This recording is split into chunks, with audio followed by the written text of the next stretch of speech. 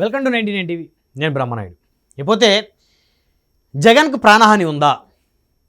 ఇప్పుడు రాష్ట్ర వ్యాప్తంగా జరుగుతున్నటువంటి చర్చ. ఎందుకంటే మాజీ ముఖ్యమంత్రి, వైఎస్ఆర్ కాంగ్రెస్ పార్టీ అధినేత, ప్రస్తుతం పులివెందుల శాసనసభ్యులు, మరి గతంలో ప్రతిపక్ష నేతగా పనిచేశారు 5 సంవత్సరాలు.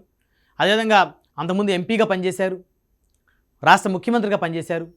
ప్రస్తుతం ప్రతిపక్ష హోదా లేకపోయినప్పటికీ కూడా ప్రధాన ప్రతిపక్ష పార్టీ వైఎస్ఆర్ కాంగ్రెస్ పార్టీ కాబట్టి ఆయన్ని అందరూ సహజంగా ప్రతిపక్ష నేత అని పిలుస్తూ ఉన్నారు. అయితే అధికారికంగా ఆ హోదా అయితే ఆయనకైతే లేదు. సో అలాంటి వైఎస్ జగన్మోహన్ రెడ్డి గారికి ప్రాణహాని ఉందా? ఆయనకి Z+ కేటగిరీ భద్రతను కల్పించాలని మరి ఆయన కోర్టులో పిటిషన్ వేశారు. అసలు ఎందుకు జగన్మోహన్ రెడ్డి గారు Z+ కేటగిరీ భద్రత కల్పించాలని పదే పదే ఆయన కోర్టుకు వెళ్తున్న పరిస్థితి. పదే పదే వైఎస్ఆర్ కాంగ్రెస్ పార్టీ శ్రేణులు తమ అధినేతకు రక్షణ కావాలని ఎందుకు అడుగుతూ ఉన్నారు? పులివెందుల పులిబిడ్డ, రాజారెడ్డి గారి మనవడు, రాజశేఖర రెడ్డి గారి కుమారుడు, ఆంధ్రప్రదేశ్కు మాజీ ముఖ్యమంత్రి, ప్రస్తుతం పులివెందులకు శాసనసభ్యులు. మరి అంత బలమైనటువంటి కుటుంబం నుంచి వచ్చినటువంటి ఆయనకి, బలమైనటువంటి అనుచరుగా ఉన్నటువంటి ఆయనకి ప్రాణహాని ఉందా? అంటే ఇది కావాలని వైఎస్ఆర్ కాంగ్రెస్ పార్టీ రాజకీయం చేస్తుందా, లేకపోతే నిజంగా జగన్మోహన్ రెడ్డి గారికి ప్రాణహాని ఉందా? ఎందుకంటే ఆయనకి మరి Z+ కేటగిరీ భద్రత కల్పించాలని అడుగుతున్నారు కాబట్టి. ప్రస్తుతం ఆయనకి Z కేటగిరీ భద్రత అయితే ఉంది, కానీ Z+ కేటగిరీ భద్రతను కల్పించమని చెప్పేసి ఆయన కోరుకుంటా ఉన్నాడు. అయితే ఒకసారి మనం కనుక గతంలో కొంతమంది రాష్ట్ర స్థాయిలో రాజకీయాలు నడిపినటువంటి నాయకుల హత్యల గురించి ఒకసారి మనం ప్రస్తావిస్తే, ఇప్పుడు జగన్మోహన్ రెడ్డి గారికి నిజంగానే Z+ కేటగిరీ భద్రత కావాలా వద్దా అనేటువంటి అంశం మనం చర్చిద్దాం. వంగవీటి మోహన్ రంగారావు గారు అలియాస్ వంగవీటి రంగా, దివంగత నేత, విజయవాడ తూర్పు మాజీ శాసనసభ్యులు, ఉమ్మడి ఆంధ్రప్రదేశ్లో బలమైనటువంటి నేతగా ఎదిగినటువంటి వ్యక్తి ఆయన. ఎందుకంటే 1985లో జరిగినటువంటి మధ్యంతర ఎన్నికల్లో విజయవాడ తూర్పు నియోజకవర్గం నుంచి కాంగ్రెస్ పార్టీ తరపు నుంచి ఎమ్మెల్యేగా గెలిచారు వంగవీటి మోహన్ రంగా గారు. అప్పుడు ఎన్టీ రామారావు గారు వేవుని ఎదుర్కొని అసెంబ్లీలో అడుగుపెట్టారు. అసెంబ్లీలో అధికార పార్టీని చీల్చి చెండాడారు. ఆయన రోడ్డు మీద నుంచి బయటకు వస్తే వేలల్లో జనం, ఆయన సభలో సమావేశాలు నిర్వహిస్తే లక్షల్లో జనం. బలమైనటువంటి నేత, ఇక కాంగ్రెస్ పార్టీకి ఆ నేత భవిష్యత్తు అని అందరూ అనుకున్నారు. కాబోయే ముఖ్యమంత్రి అని చెప్పేసి అందరూ అనుకున్నారు. అత్యధిక సామాజిక వర్గం జనాభా ఉన్నటువంటి సామాజిక వర్గంలో పుట్టినటువంటి నాయకుడైన, బడుగు బలహీన వర్గాలకి కొండంత అండగా దేవుళ్ళ మరి పిలువబడ్డటువంటి నేత వంగవీటి మోహన్ రంగా గారు. అలాంటి వంగవీటి మోహన్ రంగా గారిని ఆ రోజు తెలుగుదేశం ప్రభుత్వం అధికారంలో ఉండగా 1988 డిసెంబర్ 26వ తారీఖున ఆయన ఆమర నిరాహార దీక్ష చేస్తానంటే నిరాహార దీక్ష శిబిరంలోనే ఆయన మీద అటాక్ చేసి అత్యంత దారుణంగా పాశవికంగా ఆయన చంపేశారు. ఆయన్ని చంపడానికి ముందు అప్పుడు వచ్చినటువంటి ప్రధానమైన ఆరోపణలు, అప్పుడున్నటువంటి తెలుగుదేశం ప్రభుత్వం వంగవీటి మోహన్ రంగా గారికి భద్రతను తగ్గించిందని, వంగవీటి మోహన్ రంగా గారికి అత్యంత సన్నిహితంగా ఉండేటువంటి ఒక సామాజిక వర్గానికి చెందినటువంటి పోలీస్ అధికారుల్ని చాలామందిని కృష్ణా జిల్లాలో ప్రత్యేకించి విజయవాడ నగరంలో చాలామందిని ట్రాన్స్ఫర్లు చేసిందని, క్రమేపీ ఆయన అనుచరులు ఎవరైతే ఆయన కోసం ప్రాణాలకు తెగించి నిలబడేటువంటి ఆయన అనుచరుల్ని రకరకాల కేసుల్లో ఇరికించి వాళ్ళందరినీ జైలు పాలు చేసిందని, వంగవీటి మోహన్ రంగా గారిని ఒంటరిని చేసి మరి ఆ రోజు కొన్ని ముష్కర మూకలు ఆయన మీద దాడి చేసిన పరిస్థితి ఉంది. దీని అంతటికీ కారణం ఆ రోజు ఉన్నటువంటి తెలుగుదేశం పార్టీ అని చెప్పేసి ఈ రోజుకి కూడా వంగవీటి మోహన్ రంగా గారి అభిమానులు, అనుచరులు ఈ రోజుకి చెప్తూ ఉంటారు. అయితే దురదృష్టం, ఆయన హత్య కేసుని రంగారెడ్డి జిల్లా కోర్టు కొట్టేసింది. ఎందుకంటే మరి వారిలో నిందితులుగా ఉన్నటువంటి వ్యక్తులు చాలామంది చనిపోయారు. మరి ఆయన హత్యను ఫలానా వారు చేశారన్నటువంటి ఆధారాలు కూడా కోర్టుకి లభించినటువంటి అత్యంత దారుణమైనటువంటి పరిస్థితి. ఆయన హత్య కేసు కొట్టేయడం జరిగింది. మరి అంత ప్రజాదరణ కలిగినటువంటి నాయకుడు ఆయన హత్య జరగడానికి ముందు తనకి ప్రాణహాని ఉందని, అప్పుడు ముఖ్యమంత్రి ఎన్టీ రామారావు గారు, ఆయన అల్లుడు చంద్రబాబు నాయుడు గారు, వారిద్దరి వల్ల తనకి ప్రాణహాని ఉందని, తనకి ఈ ప్రభుత్వం రక్షణ కల్పించాలని చెప్పేసి అనేక సార్లు ఆయన మీడియాకి స్టేట్మెంట్లు ఇచ్చిన పరిస్థితి. అప్పట్లో మీడియా ఇంటర్వ్యూలు అంటే ఇప్పట్లో లాగా మనిషి ఫేస్ టు ఫేస్ కూర్చొని కెమెరా ముందు చేసే ఇంటర్వ్యూలు ఆ రోజు ఆ టెక్నాలజీ లేదు. ఆయన కొన్ని పేపర్ ఇంటర్వ్యూలు ఇచ్చారు. ఎందుకంటే అప్పుడు జర్నలిస్టులు కొన్ని ప్రశ్నలు అడుగుతారు, ఆయన సమాధానం చెప్తే పేపర్లో చాలా ఇంటర్వ్యూలు ఉన్నాయని. సో అలాంటి ఒక ప్రజాదరణ కలిగినటువంటి నాయకుడు, ఒక మాస్ ఫాలోయింగు, అలాంటి నాయకుడిని అత్యంత దారుణంగా ఆ రోజు చంపేయడం జరిగింది. తర్వాత ఇంకొక ఎపిసోడ్ చూద్దాం. ఎందుకంటే రాష్ట్ర రాజకీయాల బలమైన నాయకుల గురించి మనం మాట్లాడుకుందాం. చాలామంది నాయకులు, ఎమ్మెల్యే స్థాయి నాయకులు కూడా చాలామంది చనిపోయారు. అయితే వంగవీటి మోహన్ రంగా గారు ఎమ్మెల్యే అయిన తర్వాత రాష్ట్ర స్థాయి నాయకుడిగా ఆయన ప్రజల్లోకి వెళ్ళారు. ఆయన హత్య చేశారు. ఆ తర్వాత పరిటాల రవి గారు. మరి పరిటాల రవి గారు అంటే ఈ రోజుకి రాయలసీమ వసలు దేవుడిగానే కొలుస్తారు ఆయన. ఉమ్మడి ఆంధ్రప్రదేశ్లో పరిటాల రవి అంటే ఒక శిఖరం రాజకీయాల్లో. మరి ఆయన ఫ్యాక్షన్ నేపథ్యం, వంగవీటి మోహన్ రంగా గారు వాళ్ళ అన్నగారు వంగవీటి రాధాకృష్ణ గారు వారిది ఫ్యాక్షన్ నేపథ్యమే, అందులో ఎలాంటి డౌట్ లేదు, ఉన్న వాస్తవం మనం చెప్పాలి. అయితే ప్రజల కోసం వారు పోరాటాలు చేశారు. ప్రజలను హింసించి పీడించే వారి మీద వారు ఉక్కుపాదం మోపారు. సామాన్య ప్రజానికాన్ని ఎక్కడ కూడా ఇబ్బంది పెట్టి వారిని హత్యలు చేసి వారిని బెదిరించిన పరిస్థితి వంగవీటి మోహన్ రంగా గారికి లేదు, పరిటాల రవి గారికి లేదు. ఇది వాస్తవం, ఇది చరిత్రలో రాసి ఉంటుంది ఇది.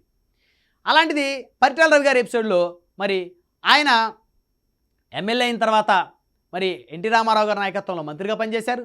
ఆ తర్వాత 2004లో కాంగ్రెస్ పార్టీ వేవుని ఎదుర్కొని పరిటాల రవి గారు కూడా ఎమ్మెల్యేగా గెలిచారు తెలుగుదేశం నుంచి. మరి ఎమ్మెల్యే అయిన కొన్ని రోజులకే మరి ఆయన హత్యగా పడ్డాడు.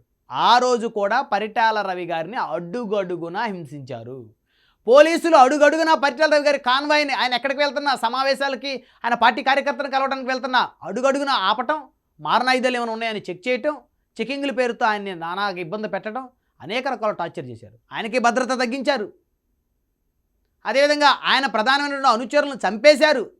ఆయనకి కూడా ఆయన ప్రాణానికి రక్షణగా ఉండి మరి ఆయన ప్రాణాలను కాపాడదామని అనుకున్నటువంటి ఆయన అనుచరులు ఎవరైతే ఉంటారో వారిని అందరినీ రకరకాల కేసులు ఇరికించింది ఆ రోజు ప్రభుత్వం అని చెప్పేసి ఈ రోజుకి పరిటాల రవి గారు అనుచరులు చెప్తూ ఉంటారు.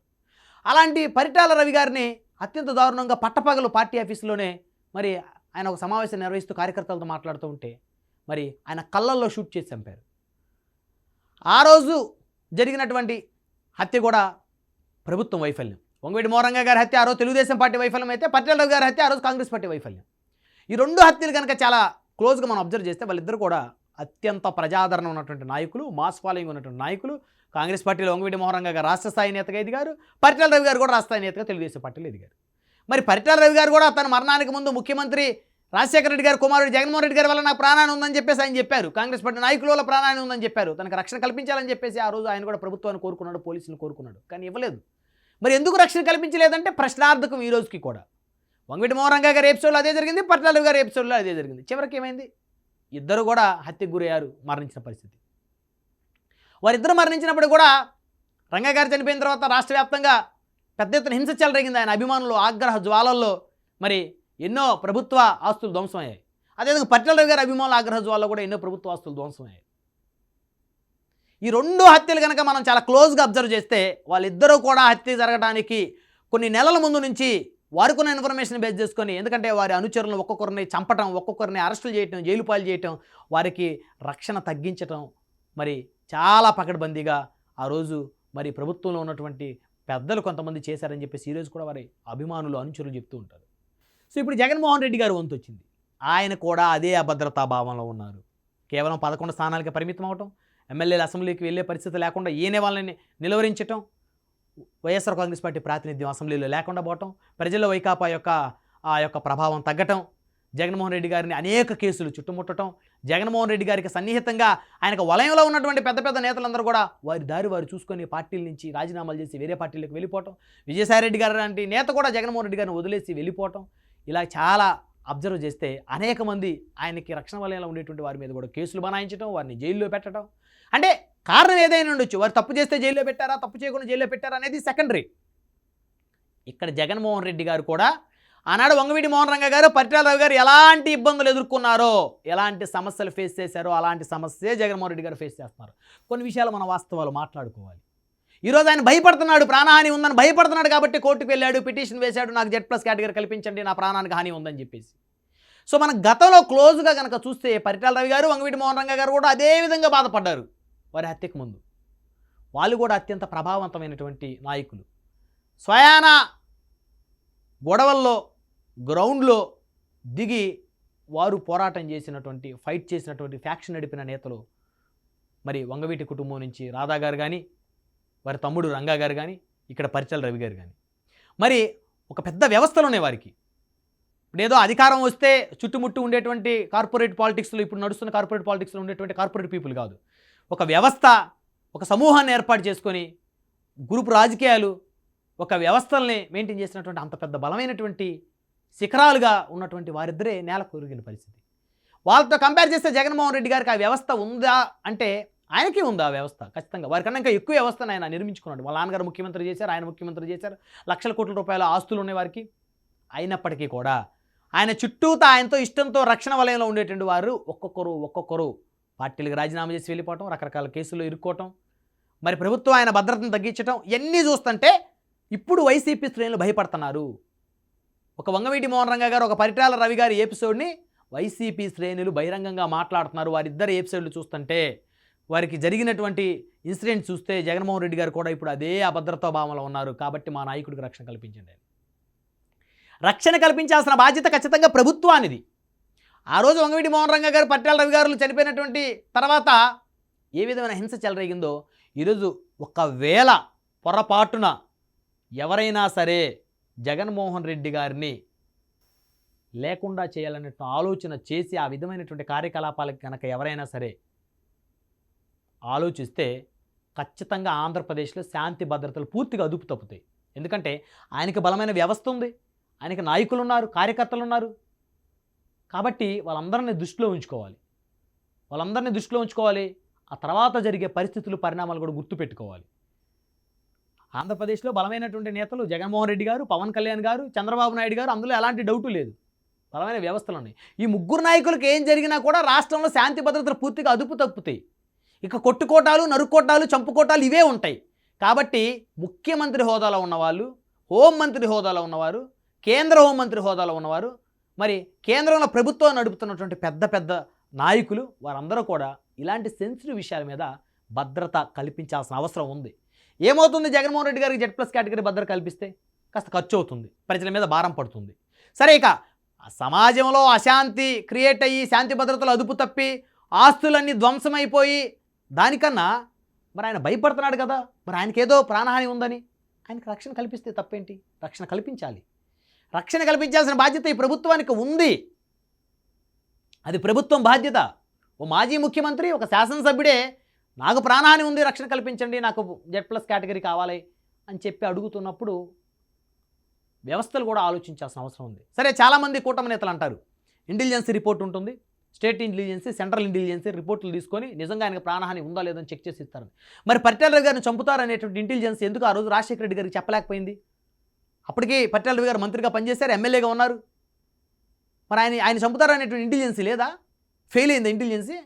మరి వంగవీటి మోహన్ రంగా గారు రాష్ట్ర స్థాయి నేతగా ఎదిగి రాష్ట్ర నేత పర్యటన చేస్తున్నారు. ఆయన శాసనసభ్యుడిగా ఉన్నారు ప్రతిపక్ష పార్టీ నుంచి. మరి ఆయన చంపుతారని ఇంటెలిజెన్సీ లేదా? ఉంటే ఏమైంది, ఎందుకు ఫెయిల్ అయింది మరి? కాబట్టి ఏవో వ్యవస్థలు ఉన్నాయి అని చెప్తే వ్యవస్థలు ఉంటాయి, వాటిపైన అవి చేస్తాయి. కానీ ప్రజాస్వామ్యంలో ప్రజాప్రతినిధులకు రక్షణ కల్పించాల్సిన బాధ్యత ప్రభుత్వం నడిపే పెద్దల మీద ఉంటుంది.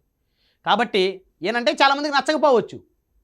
అంత మాత్రాన ఈయన ఉండకూడదు, ఈయన ఈ భూమి మీదే ఉండకూడదు అని కోరుకోవటం కూడా నిజంగా అది ఉన్మాదం అవుతుంది, మానసిక ఉన్మాదం. అలాంటి ఆలోచన ఎవరికి ఉంటే మార్చుకోండి.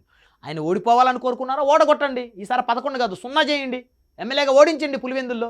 ప్రజలను ఆ విధంగా మీరు చైతన్యవంతులను చేసుకోండి, తప్పులేదు. అంతేగాని ఆయన లేకుండా చేయాలి, ఆయన బతికుండకూడదు, ఆయన చచ్చిపోవాలి అనేటువంటి ఆ వ్యాఖ్యలు చేయటం, ఆ విధంగా మాట్లాడటం నిజంగా అది మూర్ఖులు చేసేటువంటి పని, నిజంగా సమాజం మీద బాధ్యత లేని వ్యక్తులు చేసే పని. కాబట్టి ఒక మాజీ ముఖ్యమంత్రి తనంతటికి తాను నాకు ప్రాణహాని ఉంది అని అన్నప్పుడు అట్లీస్ట్ ఒకవేళ ఇంటెలిజెన్సీ రిపోర్టు మరి ప్రాణహాని ఉందనిస్తుందా లేదనిస్తుందా అనేది పక్కన పెడితే, ఆయన అభద్రతాభావంలో పోయినప్పుడు ఖచ్చితంగా ఆయనకు భద్రత కల్పించి ప్రజలకు కూడా నమ్మకాన్ని ప్రభుత్వాలు ఇవ్వాలి.